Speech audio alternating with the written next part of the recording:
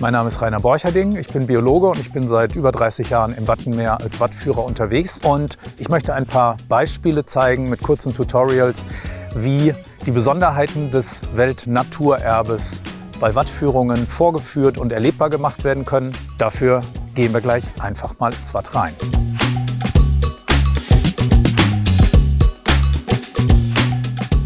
Ja, und bei einer Wattführung steht man ja immer schon mitten im Weltnaturerbe Wattenmeer und kann die typischen Merkmale des Landschaftsraumes zeigen. Das Wattenmeer reicht von Dänemark über Deutschland bis in die Niederlande, ein trilaterales Welterbe.